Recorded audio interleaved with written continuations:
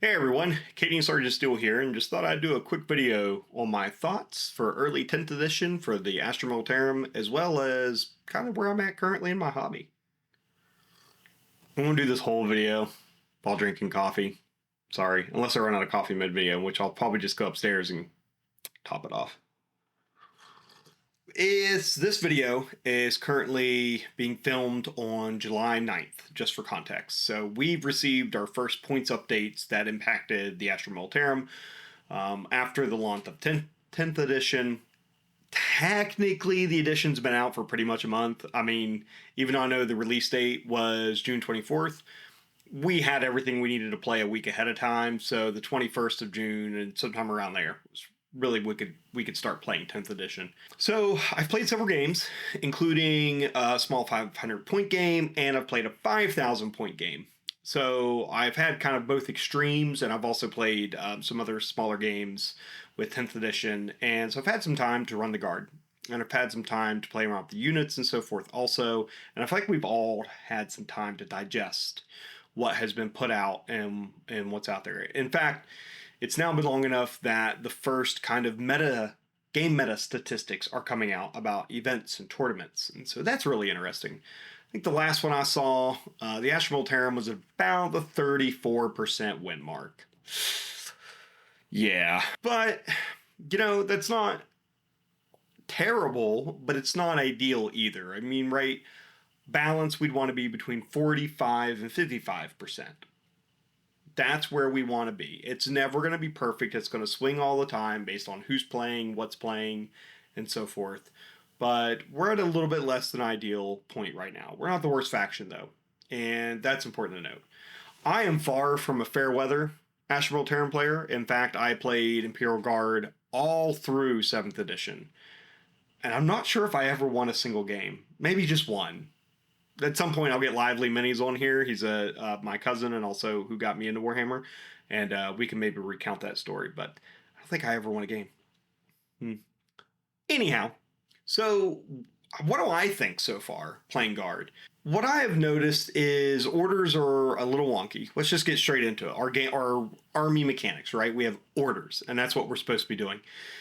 I think it's a little wonky because you're so limited now. The 9th edition codex was really good. I think it was well balanced. It was a lot of fun. We only got it for 6 months, but it was still a lot of fun. And I think it worked out well. And I really liked from the 9th edition codex the ability to splash orders. I found that really, really effective, and it was a good management thing of your army's abilities. So it was fun. You get a tank commander in there. You make sure that he was in range with a 12-inch range for squadron, and it's still the same for order range. 6-inch range for regimental, unless you have the Master Vox, which now it's unlimited range. That's cool. But now we don't splash orders anymore. So you have to start really thinking about the character tax. And I think that's really starting to weigh on my list building. And I don't think I really enjoy that necessarily. When a character costs typically 2/3 the cost of a squad that they'd have to attach to, I mean, it's a big tax just to give them a small buff, right? +1 the hit, or +1 the saves, or things like that. I don't know. That, to me, I don't think it's worth the, trying to make sure that every unit, like we did in 8th and 9th edition, was able to receive orders. I think now at this point, building a guard list, you may want to think about trying to focus on the units performing the most, necessary task, and the ones that need that extra little pip on the die roll to get your hit and to get your damage in. Same with vehicles too. I mean, tank commanders can issue one order without any upgrades, okay? Because there is an upgrade where you can issue an extra order. But right now, they can issue one. And command squads can issue one, and it's only the special characters that can issue multiple. So it's really starting to, I don't know, it's a little bit inhibitive. Unless you want to run Lord Solar Leontus and use his 3 orders to anything, in which I'm pretty sure the way it works, you can have him attached to an infantry squad, which is also attached to a command squad of some type, whether platoon or Cadian. and then he gets infinite range orders. Oh, that's going to get a lot of comments in the comment section. That's how I'm reading it right now, right? We don't have an FAQ on that, and so I'm pretty sure that's how they intend for it to work. Adding on to that, if we look at the loss of squadron, as in being able to have multiple vehicles within a single unit. So you bring 3 Earthshaker carriages. Those are really strong right now, the ones from Forge World. And I'll talk about the Basilisk and talk about the Earthshaker carriages, which are like nearly half the cost of a Basilisk. Although a little weaker, they die a little easier, but that's not the point. The point is they get shots downrange and to get work done. So if you want to order 3 of those, they're 3 separate things now. Well, that would be Lord Solar's entire set of orders. Just order your 3 Earthshakers to shoot better, right? So that's what I'm talking about, where the efficiency's kind of gone. And I don't know if it's really worth it to try to make sure you get orders on every unit. That's my honest assessment. And I think right now we need to focus on maybe what is the role of that unit? What's that unit supposed to be doing in our army? Which isn't a bad thing in game design. But it's something that I feel a little bit let down by, honestly, as a player. So how do we do that? That means infantry squads need to be moving to objectives and also hiding to stay alive. Because, by the way, even though we can now take 20-man squads, I love that. I love it. In fact, bring back 30-man squads. Do it, GW. Do it. You won't. I dare you. 30-man squads. I dare you. Anyhow, so... So even though we have 20-man squads right now, that's basically like comparing it 1-ply toilet paper to 2-ply toilet paper. And I hope this translates to folks not in North America. So that's a thing, measuring how many sheets of toilet paper are, rolled up together. And I really think 20-man squads, no matter what infantry you take, Krieg, Cadian, Cadian, doesn't matter. Basic infantry squads, it's basically 2-ply. And so it's gonna come apart eventually. It's just going to take a little more. And I've actually enjoyed that. I have enjoyed the 20-man squads so far, but just recognize as a guard player, they're not invincible. Even if you give them take cover, even if you give them other bonuses to try to keep them alive, right? Remember, take cover is plus to the save. They don't actually get cover, so they can be in cover, get take cover, and technically be on a 3-up save before modifiers. So looking at things like that can help keep them alive, but they're still going to die to a Space Marine just staring at them. So that's where I think infantry and orders are at, and also I think that impacts our vehicles and artillery. Now, speaking of which, there are some amazing combos in the Guard list right now, in the Guard army. Scout Sentinels, I think, are almost the auto-include unit for an Astra Militarum army. They give rerolls of 1 to hit, against enemy units that are within 18 inches of them. And they can also help artillery units ignore the negative modifiers of indirect fire, which is huge. The fact that you don't get -1 to hit, the fact that maybe depending on how you're reading it, your opponent doesn't get the bonus to save. Well, that's a big deal. And especially if you are issuing orders and those weapons are heavy, so you're getting +1 to hit as well. Remember, don't forget orders modify ballistic skill. So therefore, that stacks with a +1 to hit. And you could be extremely effective with that alone. So I think that's a great thing just to keep in mind when you're building your lists. Take infantry squads just to hold objectives, and they're going to die, and they're not probably going to kill much. Still, even with 20 models in the squad, they're still not going to kill very much. But they will hold objectives for several turns. And then with the Scout Sentinels, move them forward, get eyes on things, and get those rerolls, and get those bonuses to artillery. Now with artillery, they did just increase the points on everything, including the Forge World range and the Death Strike. But they did, and that was probably necessary. When I played the Apocalypse game at the Fabricator's Forge here recently, that was one of the things I noticed was my artillery was probably the strongest part of my army. I brought a Shadow Sword, a Baneblade, and stuff like that too. But it was the artillery getting the work done. In fact, what I was doing was I was coordinating with my team. I was identifying a spot on the battlefield, and I was like, hey, so we need to clear that objective to win this game. They were like, yep. And I'm like, okay. And I was like, don't shoot there.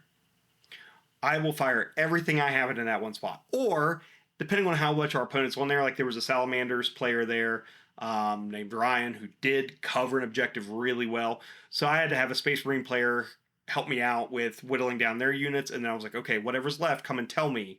And then I will blow it off the table. And I pretty much did. I whiffed, I think, on turn 3 or 2 a bunch. It was kind of rough, but that's going to happen sometimes. But when I really put my firepower to effectiveness, it was phenomenal. So I think artillery is in a good spot. Even with the points increases, I think it is worth it. And it's something that you should have a little bit of in your list. I think the Earthshaker, anything with an Earthshaker cannon is the go-to. It's not going to hurt vehicles well anymore. That's not its role. But it will absolutely obliterate a Space Marine army, which in 40k is the meta. I mean, that's whether it's chaos or whether it's loyalists, that's what you're fighting against most of the time. You're going to be wounding a Space Marine, most of them, except for the special armor ones, on 2s. And then you're going to reducing their movement, and they're not going to get much of a save, and it's 2 damage, so it's going to outright kill them. Earthshaker carriage or basilisks are the way to go if you want to fight Space Marines. But don't discount the Hydra.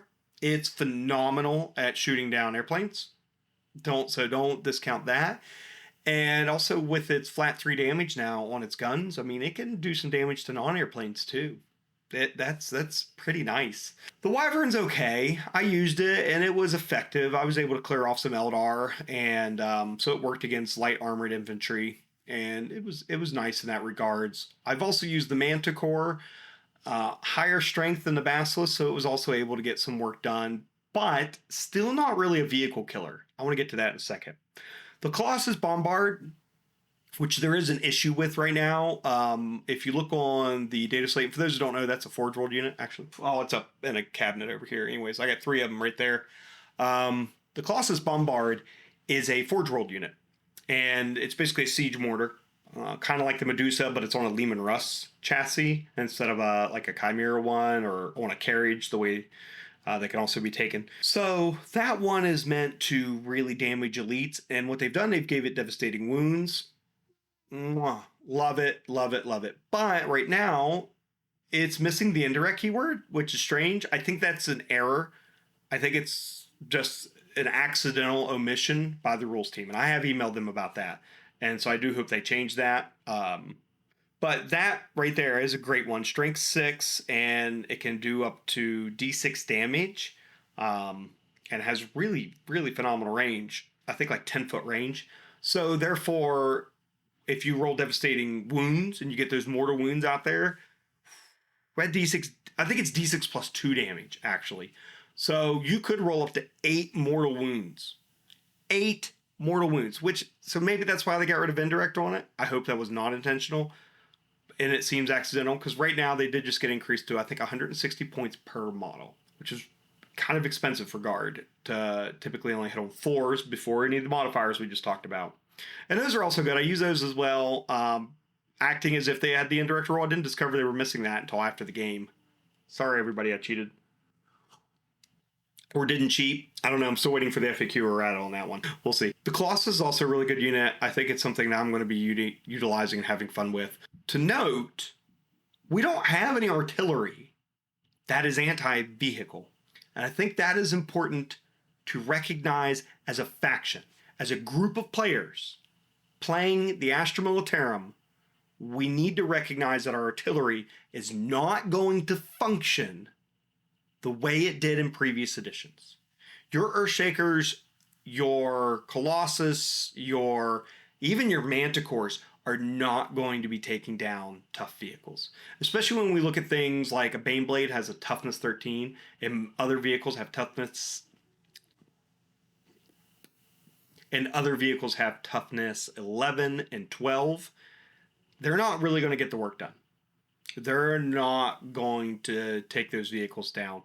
So what that means is you really have to think about your list building. Because if you're not bringing las cannons, if you're not bringing other super strong weapons, you might not have the ability to deal with enemy armor. You may not be able to wound your opponent's vehicles on 3s or even 4s. And that is something to keep in mind when building a list. So if your opponent brings a big, tough tank, and you don't have those things that are really high strength and really high AP, you may find yourself in a game where you have to ignore those models and you have to play around them instead. That is new for Guard, and that is something I think all factions are going to be dealing with in this new meta, in this new edition of Warhammer. And don't get me wrong, I like that they have expanded the math in 10th edition. I like that toughness is much higher, strength is much higher, and there's this broad diversity in the weapons. I think that is going to bring out all kinds of good things in the game of Warhammer. But with that, that means we have to reprogram how we think about list building and playing and what we need. Even a multi-melta may not get the job done at times, and that's something we have to think about. So overall, now that you've heard my rant about this, I think most of our units are good. I do. I think they're well written, and I think they have good unit abilities, and everyone has a place and a role. Death Korps Krieg are extremely resilient. The Cadians are great for holding objectives. And infantry squads are also good because they're how you get your heavy weapons in without a heavy weapons squad. So those are things that you're going to have to think about when list building. But at the same time, they're going to die really easily, which I think is actually the crux of our army right now. I think infantry are a little bit overcosted. I do. I think they need to be about 50, 55 points for a 10-man unit. That's my honest opinion. I may be wrong, because maybe that opens up to horde armies too much. And I get where GW may be trying to get away from encouraging horde armies. I know when I roll up with 200 infantry, my opponents will be exhausted before we even start the game. And I bring movement trays. I do everything I can to make that a better experience for them and to speed the game up. But they don't typically they don't all the time have as much fun. So I see where that is something that they're trying to get away from. But I do think our infantry squads, no matter which type, are a little bit overcosted right now. I think Leman Russes are well costed, or they could use a slight reduction, but overall I think they're well done. And it's just something you have to think about with orders, and maybe we just want to run tanks without giving orders to everybody. And maybe instead you bring a variety, right? You bring a battle cannon, you bring a plasma cannon, you bring a vanquisher cannon, and you bring a tank commander. And then your tank commander issues orders to those 3 as needed, right? Maybe it's the vanquisher who needs that definite hit this turn. Or maybe it's the battle cannon to help clear out some space marines off an objective. Those will be the decisions that I think we need to make now as players of this faction. Then with artillery, I think they're appropriately costed. A couple of wonky things within the rules, but I think they're okay. And so overall, I think we're in an okay spot. We just need a few little tweaks, and it's definitely fun. I've had a blast playing 10th edition so far.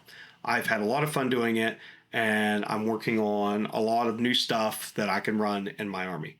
Where am I at in the hobby right now? I wanted to show I've actually expanded my hobby space a little bit, but it's been kind of a disaster lately. I did get some more IKEA cabinets to store my army in. And surprisingly, right after I bought these, they're full. I'm actually already out of space.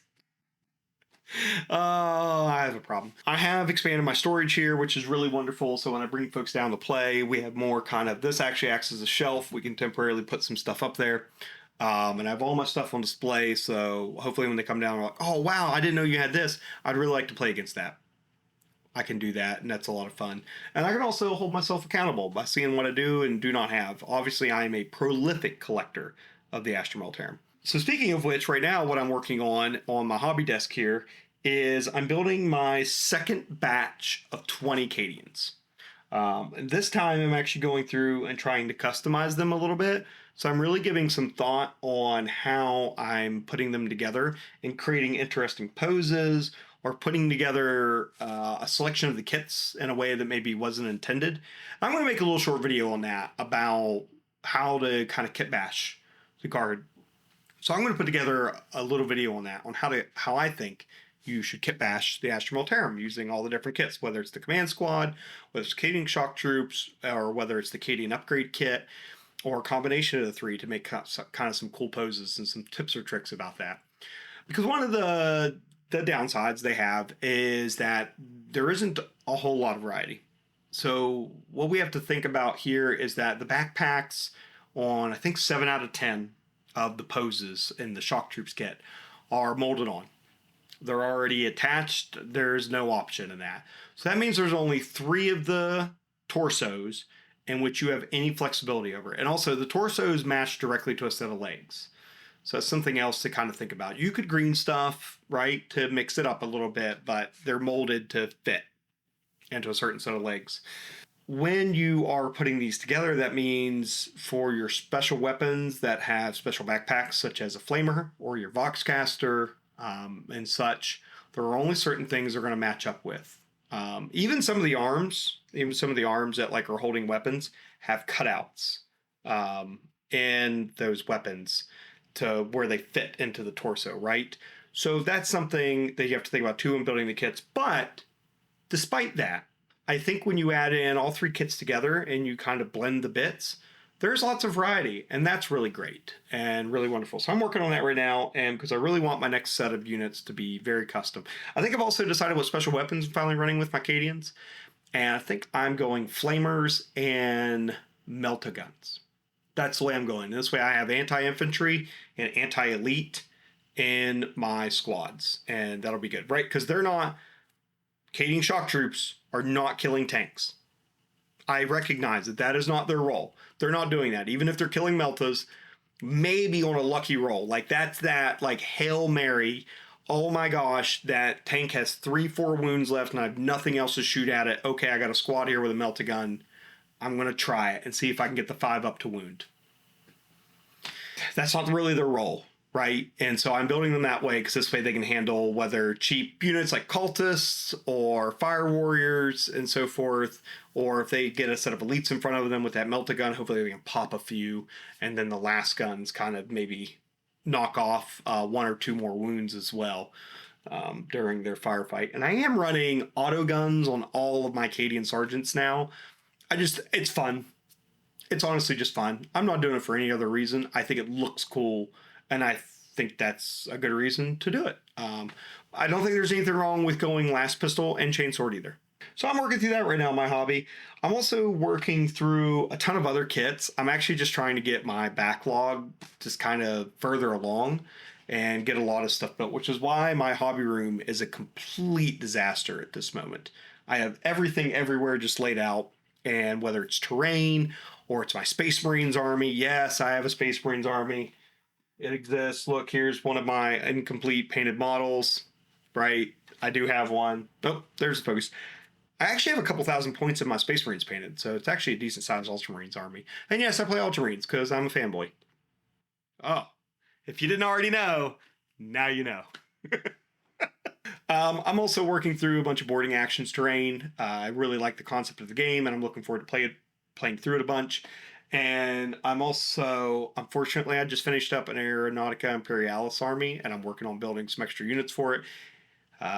And just this past week, they announced that they were discontinuing a large portion of that range. Not the game, but just a large portion of the model range, particularly the Xenos, but it didn't impact the Guard. They were discontinuing Valkyries. So that I bought some of those before they went away, or before the price skyrocketed through the roof, because it does look like a fun game. And I'm also working through just some other miscellaneous models right now, and I got those whether in the airbrush booth over here or back over here, and I have a cabinet of potential, which are things that are built, partially painted, but not finished yet, and so that's over here out of view, and I'm working on those as well. So I'm a little everywhere. Not really going to be buying new models, and I'm not going to be doing anything else for a while because it's going to take me a while to work through a lot of this. In fact, I've even had a few of you give me some cool custom 3D printed stuff. Really appreciate that, but it may be the last of that, except for a while, because it's taken me a while to even get to those. I did get some cool stuff. I won't say from who yet, but you know who you are. I got some really cool infantry models that I'm painting up. I've worked through a couple of different mock-ups. paint schemes. I'm not really happy with them. I'm going to redo them a little bit. I want to come up with like a snow theme for these, and maybe make them part of like an elite Cadian unit, even though they're not GW models. So I will be working on those too, and hopefully getting those out soon for everybody to see. They're all primed. They're all mostly painted up. It's actually been a lot of fun. Anyhow, those are the things that I'm doing currently and what I'm looking at. So lots of stuff just kind of going on, and I'm taking a break from running events for the summer, and I won't be running my own events at the game store until after the Nova Open, which I will be at, and the narrative event. And then, provided I can find lodging, and try to find somebody to lodge up with, I'll also be at the Grand Narrative event in Atlanta, Georgia, as well later this year. So both things I plan to participate in, so please come out and see me, but I'll just be working on my hobby stuff up until then. A couple other one or two little secret projects I won't release anything about, but I'm hoping to show off at the Nova Open for the first time. We will see. So all I will say, and this is a big hint, big giveaway, but I hate building cosplay, I've discovered. Not part of the hobby that I enjoy. I thought I was going to enjoy it, and I started it, and I hate it. I really wish I could just pay somebody to help me finish it. Uh, it's been murder for me. Cool stuff happening. And I'm here. I know I haven't been doing as much on YouTube lately, but I'm going to be trying to make some shorts and some other stuff. You can follow me on Instagram. You can follow me on Threads, where I'll be having more dialogue rather than just posting pictures, although I'm here for that too. And I'm going to continue making content. You'll be seeing me in battle reports on Slider Games YouTube channel as well. Link in the description below. So you can come watch me there.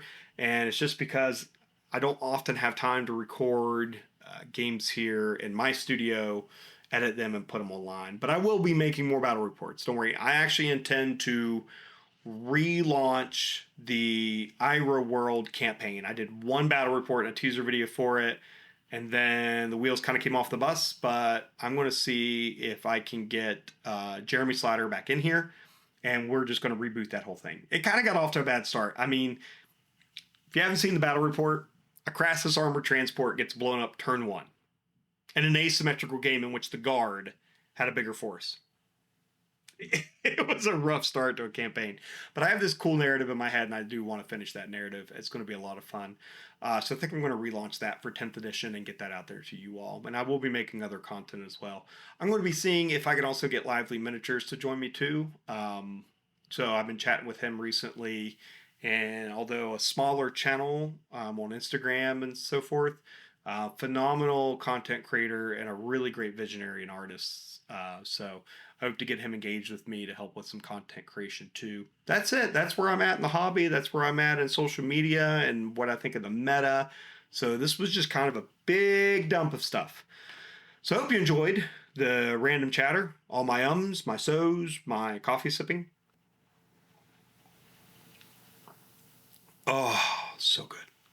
And I hope you guys come back for more. So let me know what you think of the guard meta currently in the comments below, and maybe what cool hobby project you're up to.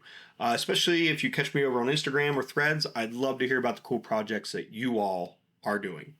So until next time, Katie stands.